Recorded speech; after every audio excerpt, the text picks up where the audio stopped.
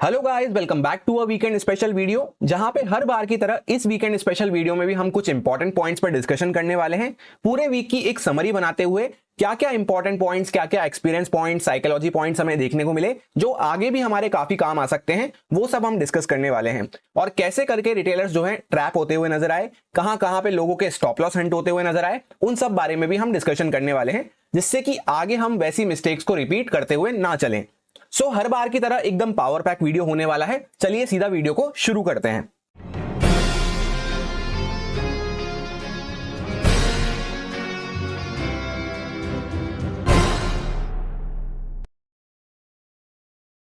Guys, सबसे पहले हम लोग आ चुके हैं बैंक निफ्टी के चार्ट पे। 5 मिनट टाइम फ्रेम पे फिलहाल मैंने चार्ट को ओपन कर रखा है। काफी सारे एक्सपीरियंस पॉइंट, काफी सारे ऐसे पॉइंटर्स पे हम बात करने वाले हैं जो आगे भी हमारे ट्रेडिंग में काम आ सकते हैं। पूरे वीक की एक ओवरऑल समरी बनाते हुए कुछ इंपॉर्टेंट पॉइंट्स को हम निकालने वाले हैं। और जैसा कि लास्ट के 1-2 वीक से मैंने आपके साथ वीकेंड स्पेशल वीडियो डिस्कस नहीं किया था, तो आप लोगों में से बहुत सारे लोगों के कमेंट्स आ रहे थे कि हमें रेगुलर बेसिस पे वीकेंड स्पेशल वीडियो चाहिए, इससे हमें काफी सारे पॉइंट सीखने को मिलते हैं, एक्सपीरियंस गेन करने को मिलता है। तो इस वीक से मैं वापस से कोशिश करूंगा आपके लिए वीडियो कंटिन्यू पब्लिश होता रहे। अब जैसा कि फॉर एग्जांपल यहाँ पे मंडे को हमारा मार्केट गैप डाउन खुलता हुआ नजर आया, उसके बाद हमें कंटिन्यूस सेलिंग देखने को मिली। तो मंडे के लिए फॉर एग्जांपल अगर हम एनालिसिस प्रिपेयर कर रहे हैं, प्लान प्रिपेयर कर रहे हैं, तो पीछे के चार्ट को हमें देखना पड़ेगा कि पीछे हमारा यहाँ पे क्या होता हुआ नजर आ रहा है। तो जैसे आप देखेंगे मार्केट ने एक अच्छा मूव किया, यहां से एग्जैक्टली मार्केट ने एक बॉटम बनाया, अगले दिन मार्केट गैप डाउन खुला, पर फर्स्ट कैंडल के साथ ही उस बॉटम के ऊपर आ गया। तो ये इस बॉटम की क्रेडिबिलिटी को बढ़ा देता है कि मार्केट इसके नीचे गैप डाउन तो खुला पर एक टिक भी इसके नीचे नहीं लगाया और इमीडिएटली मार्केट ऊपर आ गया। तो ये इस बॉटम की क्रेडिबिलिटी को बढ़ा देता है। स्ट्रॉन्ग कैंडल के साथ ऊपर आया, इसी पे सपोर्ट लेके मार्केट कंटिन्यू ऊपर की साइड पे जाता रहा, जहां पे यहां पे ऊपर एक अपसाइड पे मोमेंटम हमें देखने को मिला। फिर मार्केट यहां पे एक बार सेलिंग में गया, शार्प सेलिंग टॉप से होती हुई नजर आई, जहां पे किसी बड़ी पार्टी ने यहां पे माल को अनलोड किया है। इसी वजह से इतनी बड़ी बड़ी कैंडल्स कुछ ही मिनट्स के अंदर में हमें बनती हुई नजर आई। और जैसा मैंने आपको बता रखा है कि यहां पे हमारा मार्केट ओपन हुआ, इस दिन का मार्केट यहां पे हमारा ओपन हुआ जो कि 29 जुलाई का मार्केट था। इमीडिएटली पहले ऊपर गया, फिर वापस से उतनी ही इंटेंसिटी के साथ, इनफैक्ट उससे भी ज्यादा इंटेंसिटी के साथ यहां पे एक वी शेप रिकवरी हमें होती हुई नजर आई। उसके बाद जब वी शेप रिकवरी हो जाती है तो मार्केट जनरली साइडवेज बिहेव करने लगता है। तो ओवरऑल पूरा वीक हमारा एक रेंज के अंदर में यहां पे खत्म होता हुआ नजर आया। इतनी बात हमारे समझ में आ गई, ब्रॉड पिक्चर को हमने समझ लिया। अब एक दिन पहले जब फ्राइडे को हम एनालिसिस कर रहे हैं मंडे के लिए, तो उस दिन क्या होता हुआ नजर आया कि जो पूरी प्रॉपर एक रेंज बनाता हुआ चल रहा है मार्केट यहां पे, उसके डायरेक्टली बॉटम पार्ट के आसपास मार्केट गैप डाउन खुला।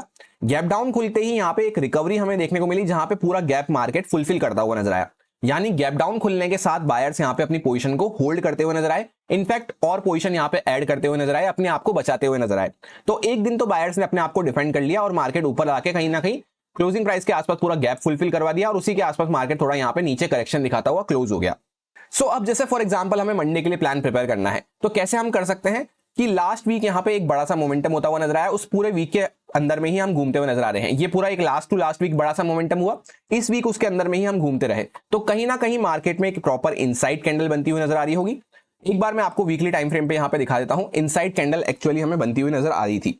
जैसा 1 वीक टाइम फ्रेम पे हम चार्ट को ओपन करते हैं, जैसा आप देखेंगे वीकली चार्ट पे प्रॉपर एक इनसाइड कैंडल में हम खड़े हुए थे, क्योंकि ओवरऑल पूरा मार्केट एक रेंज में बना हुआ था, जहां पे लास्ट टू लास्ट वीक बड़ा मोमेंटम हुआ, उसके अंदर में ही हम घूम रहे थे, जिगजैग कर रहे थे। वीकली एनालिसिस में मैंने आपसे यही शेयर किया था जब हम वीकली टाइम फ्रेम को देख रहे थे कि यहाँ पे अपर साइड से एक ट्रेंड लाइन चलती हुई आ रही है। जब तक मार्केट ये इनसाइड कैंडल को ब्रेकआउट नहीं करता, और साथ के साथ ट्रेंड लाइन भी यही निकल के आ रही है, इसके ऊपर बाइंग का एक अच्छा मोमेंटम मिल सकता है।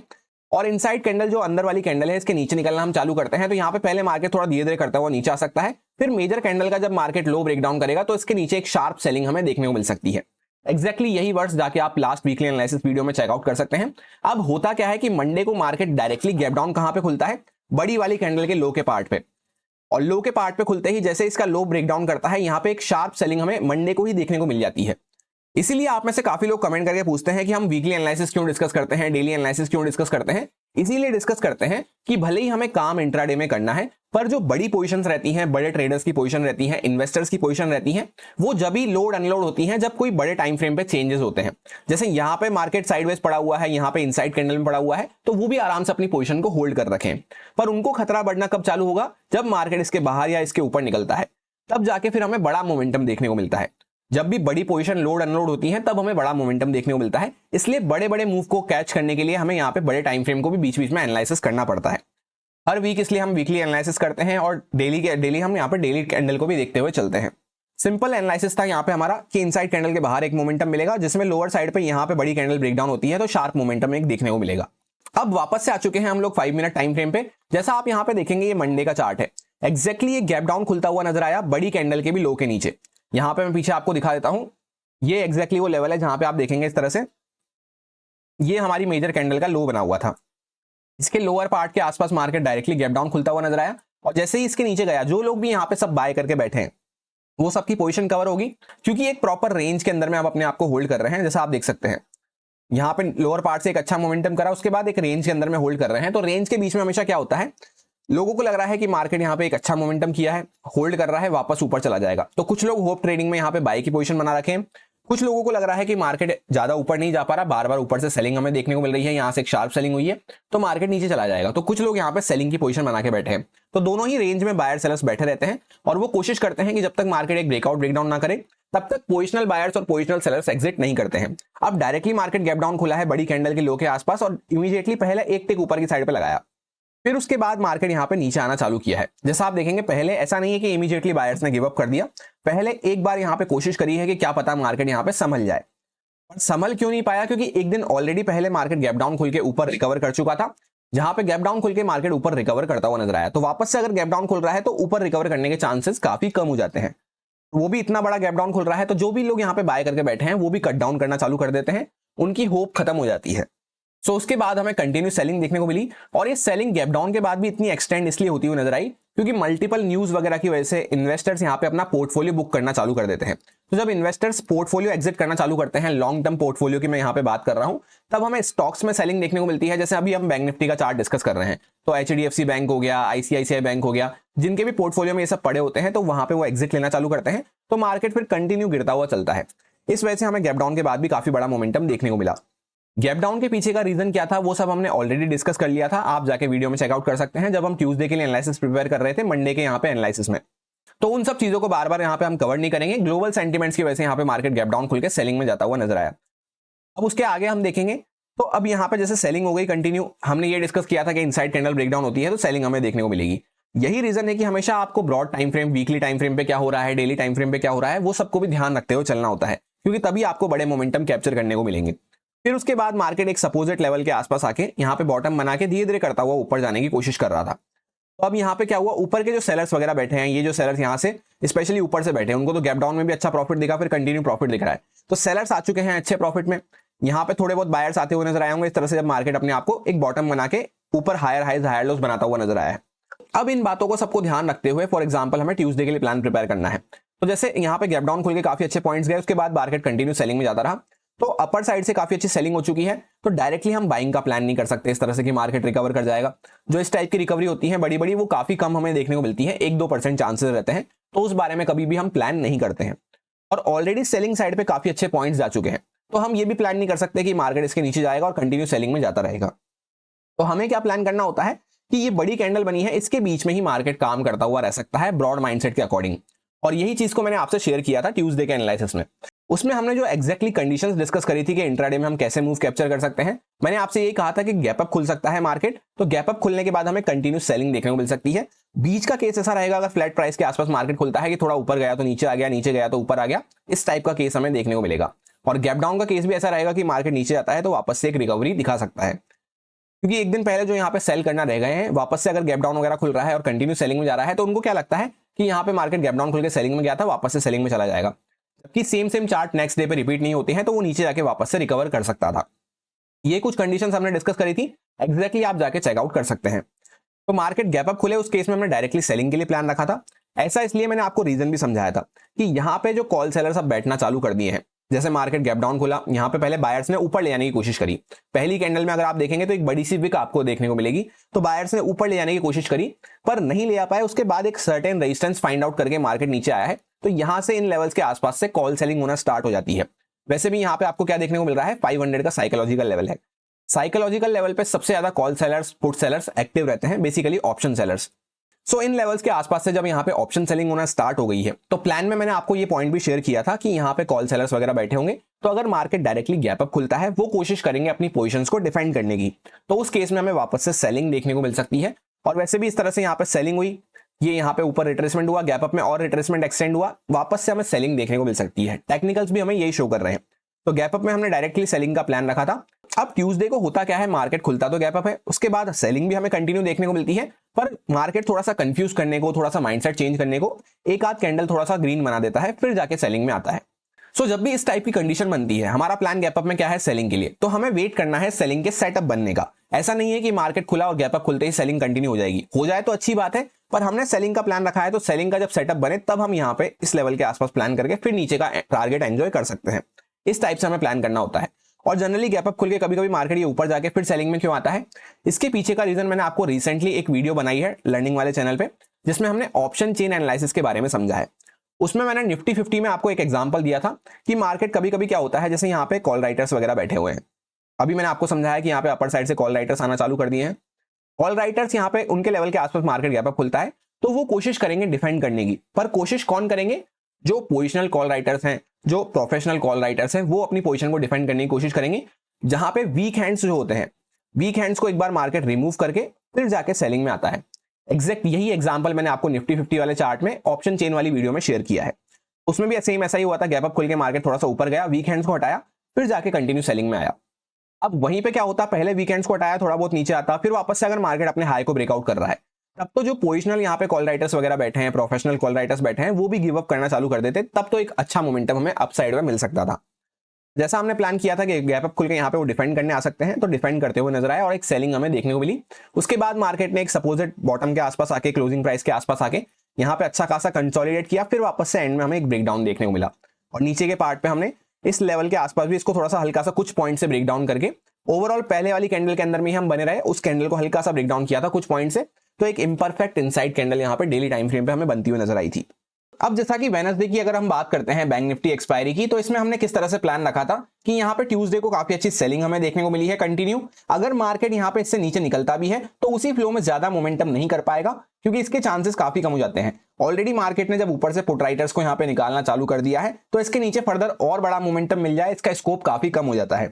तो हमने ऐसा ही प्लान रखा था कि 2 दिन से काफी बड़ा मूव होता हुआ नजर आ रहा है, तो ज्यादा बड़े मोमेंटम का स्कोप यहाँ पे देखने को नहीं मिल रहा है, जिसमें अगर मार्केट फ्लैट खुलता है या गैप डाउन खुलता है, दोनों केस में हल्का फुल्का नीचे जा सकता है, फिर वापस से एक रिट्रेसमेंट वगैरह करने के चांसेस बन जाते हैं, क्योंकि ज्यादा बड़े मूव का यहाँ पे स्कोप हमें देखने को नहीं मिल रहा था।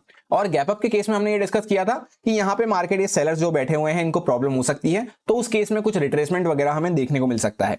अब एक्चुअल में वेडनेसडे को क्या हुआ, मार्केट काफी बड़ा गैप अप खुलता हुआ नजर आया, और जैसा आप देखेंगे हम सेलिंग मार्केट में कंटिन्यू बने हुए हैं।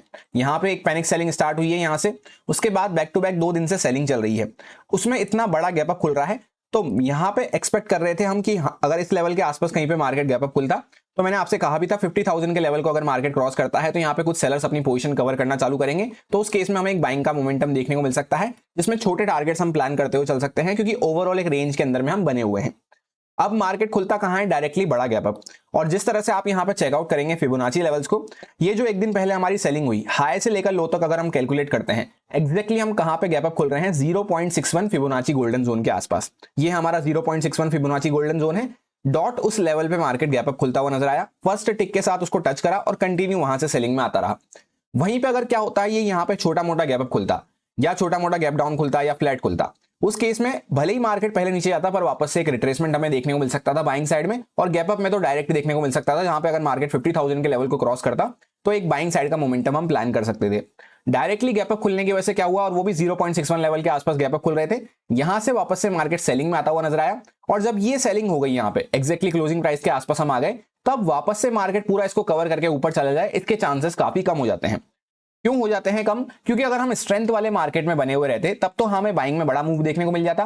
पर ऑलरेडी जब यहाँ पे गैप अप में इतना बड़ा मूव हो चुका है, बाइंग की साइड पे इतने पॉइंट्स गैप अप में जा चुके हैं, उसके बाद सेलिंग में आके वापस से मार्केट इतना बड़ा पूरा रिकवर करके अपने हाई को क्रॉस करे, फिर कोई बड़ा मोमेंटम दे, इसके चांसेस सिर्फ हमें जब ही देखने को मिलते हैं जब हम स्ट्रेंथ वाले मार्केट में बने होते हैं। पर फिलहाल यहाँ पे हमें वीकनेस वाला मार्केट देखने को मिल रहा है, सबसे बार बार सेलिंग देखने को मिल रही है, तो उसमें हम ये प्लान रखते हुए नहीं चल सकते। सो उसी वजह से मार्केट डायरेक्टली गैप अप खुलता हुआ नजर आया, 0.61 लेवल के आसपास एक सेलिंग का मोमेंटम दिया, फिर इसी के अंदर में क्लोजिंग प्राइस के आसपास मार्केट सपोर्ट लेता रहा और प्रॉपर यहां पे मार्केट होल्ड करता रहा।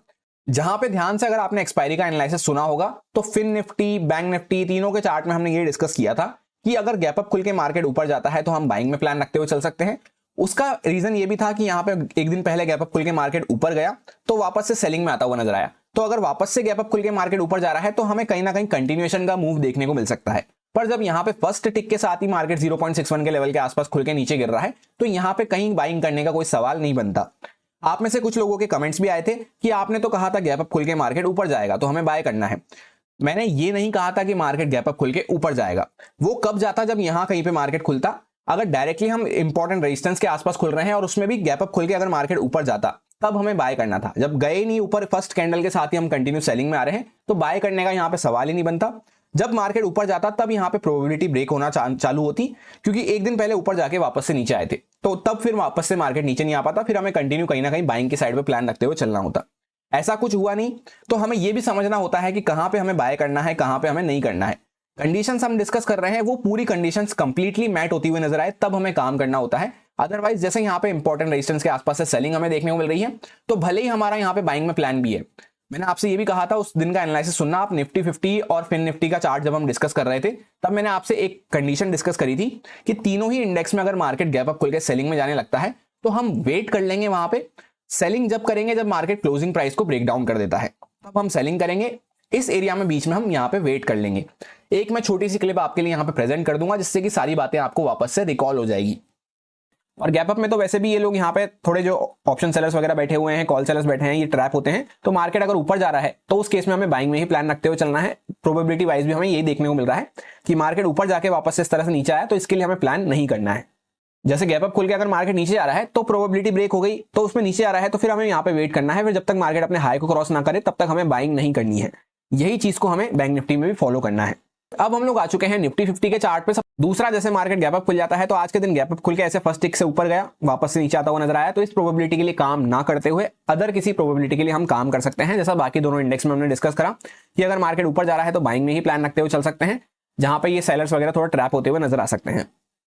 और अगर जैसे मार्केट नीचे आ रहा है, गैप अप तो खुला पर गैप अप खुल के नीचे आ रहा है तो उस केस में वापस से जब तक मार्केट अपना हाई क्रॉस ना करे तब तक हमें बाइंग के बारे में नहीं सोचना है। थोड़ा सा बीच में वेट एंड वॉच कर सकते हैं, क्योंकि सेलिंग का वापस से लेवल जैसे गैप अप खुलता है तो नीचे आएगा, सेलिंग का लेवल यही रहेगा, यहाँ पे इसके नीचे ही सेलिंग का प्लान होगा।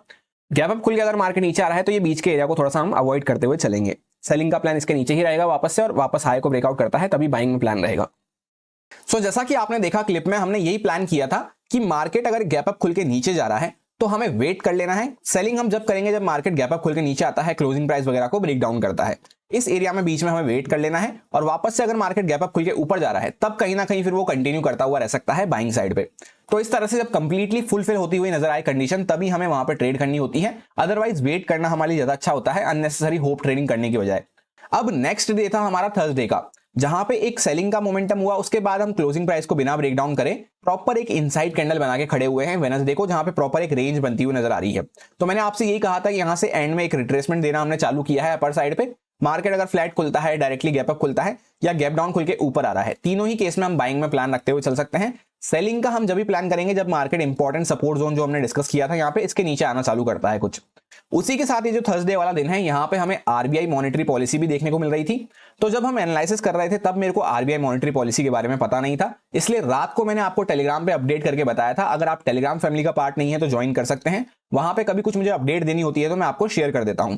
रात को मैंने वहां पे आपको प्लान भी अपडेट किया था और सब कुछ अपडेट करके बताया था, जिसमें मैंने आपसे यही कहा था कि मॉर्निंग में मार्केट थोड़ा सा चॉपी और वॉलेटाइल रह सकता है। 10 बजे के आसपास हमारी स्पीच चालू होती है। 10 बजे के पहले मार्केट थोड़ा सा साइडवेज चॉपी रहता है।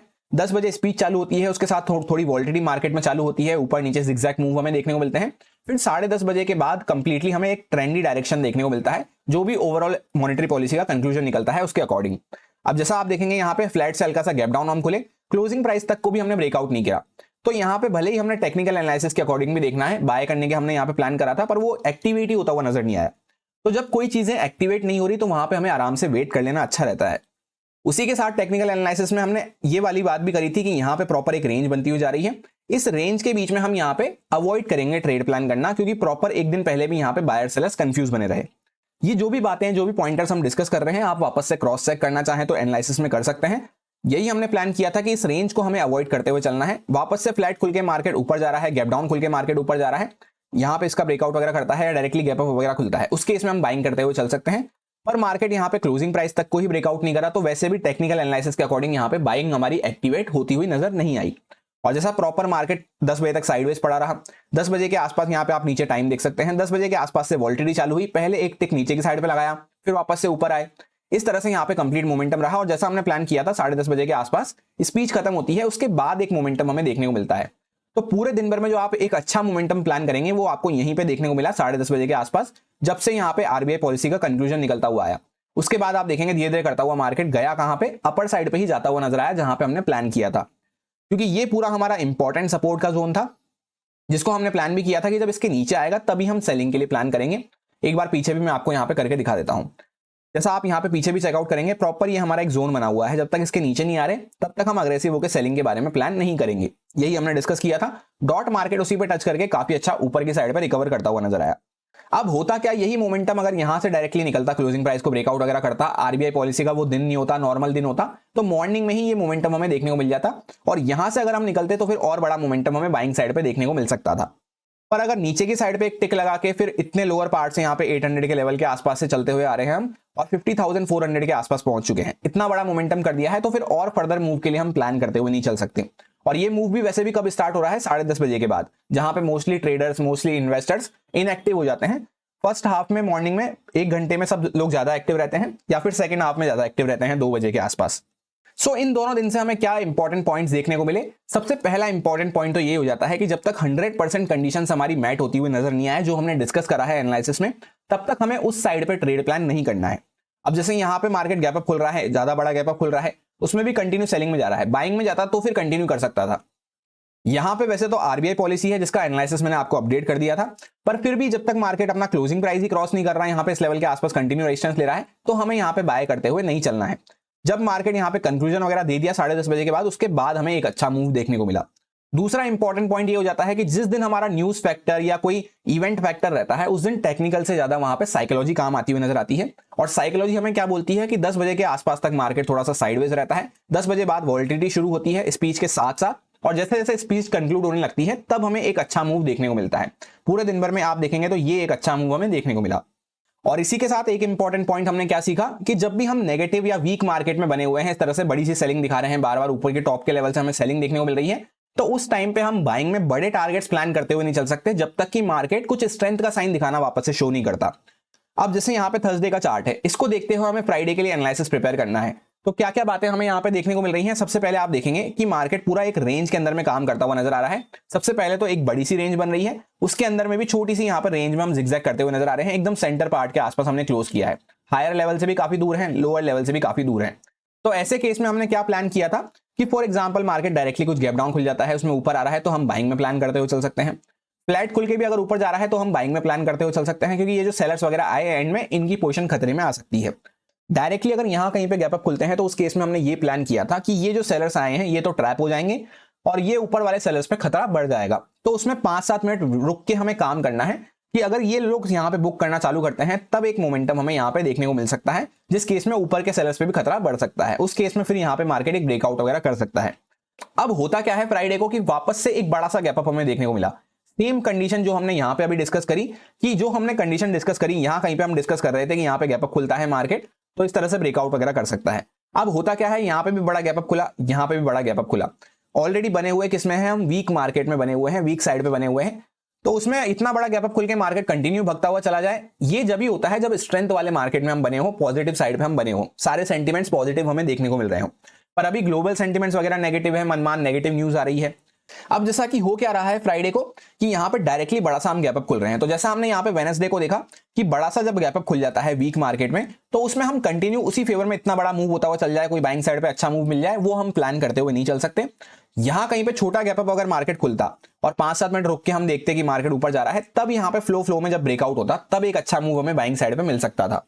पर जब डायरेक्टली ब्रेकआउट लेवल वगैरह के ऊपर मार्केट खुल रहा है, इतने पॉइंट्स ऑलरेडी जा चुके हैं यहाँ पे 100 के लेवल के आसपास से ऑलमोस्ट 600 के लेवल के आसपास, 500 पॉइंट्स तो हम गैप अप ही खोल रहे हैं, वो भी वीक मार्केट में। तो फिर हम ये प्लान नहीं कर सकते फर्दर कि मार्केट ब्रेकआउट कर देगा। इस वजह से आप देखेंगे तो मार्केट हायर साइड पे ही अपने आप को होल्ड करता रहा। अब ये जो वेडनेसडे का दिन है और फ्राइडे का दिन है, इसमें मेजर डिफरेंस क्या है कि वेडनेसडे वाले दिन पे हम 0.61 लेवल के आसपास यहाँ पे गैप अप खुल रहे थे, जिस वजह से हमें कंटिन्यू एक सेलिंग देखने को मिली।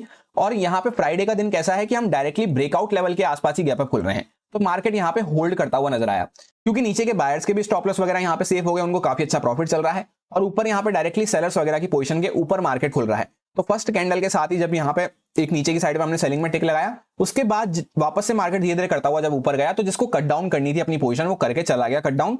अब यहाँ पे ब्रेकआउट हम डायरेक्टली इसी फ्लो में ब्रेकआउट नहीं कर सकते। ये पॉइंट को मैंने आपको कई बार शेयर कर रखा है कि जब दूर से चलते चलते कहीं पे आ रहे हैं तो डायरेक्टली उसी फ्लो में मार्केट ब्रेकआउट करता है। अगर कर भी देता तो भी ये ब्रेकआउट यहाँ पे फेल होता हुआ नजर आता। तो मार्केट अभी आप देखेंगे तो एक्जैक्टली ब्रेकआउट लेवल के आसपास ही अपने आप को होल्ड कर रहा है। अब किस तरह से आगे के लिए मंडे के लिए हमारा प्लान रह सकता है वो मैंने आपको ऑलरेडी शेयर कर दिया है वीकली एनालिसिस वाली वीडियो में, जिसमें आप चाहें तो चेकआउट कर सकते हैं।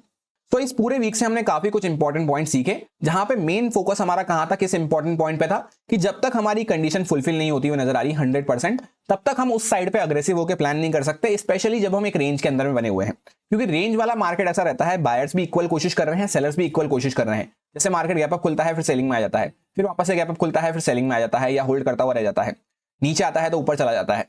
तो कंप्लीट फोर्स हमें दोनों साइड से देखने को मिल रहा है। और उसमें भी अगर पूरा ब्रॉड स्ट्रक्चर देखते हैं पीछे से, तो एक सेलिंग में हम बने हुए हैं अच्छा खासा। सो जब वीक मार्केट में हम बने हुए हैं, बड़ा सा गैप डाउन खुलने के बाद बने हुए हैं, तो वहां पे बाइंग साइड पे हम बड़े मूव प्लान नहीं कर सकते। जैसे यहाँ पे बड़ा गैप अप खुल गया तो उसी फेवर में हम फर्दर और प्लान नहीं कर सकते, यहाँ पे फिर से बड़ा गैप अप खुल गया तो उसी फेवर में हम फर्दर प्लान नहीं कर सकते। सो जैसा कि आपके रेगुलर कमेंट्स आ रहे थे कि आपको वीकेंड स्पेशल वीडियो कंटिन्यू चाहिए, तो इस वीक से हम वापस से इसको डिस्कस करना चालू करेंगे, जहां पे हर वीक हम कुछ ना कुछ इंपॉर्टेंट पॉइंट्स जो प्रैक्टिकल पॉइंट्स रहते हैं, जो आगे भी हमारे काम आ सकते हैं, उनको हम डिस्कस करने की कोशिश करेंगे। होपफुली इस वीडियो से आपको कुछ ना कुछ इंपॉर्टेंट पॉइंट जरूर मिले होंगे, कुछ ना कुछ लर्निंग जरूर मिली होगी। अगर अच्छी लगी हो वीडियो तो लाइक और कमेंट करके अप्रिशिएट कर सकते हैं। कुछ आपका फीडबैक हो, कुछ आपकी क्वेरी हो, तो वो भी आप कमेंट करके पूछ सकते हैं। इस वीडियो में फिलहाल इतना ही, मिलते हैं किसी नेक्स्ट वीडियो में। Thank you.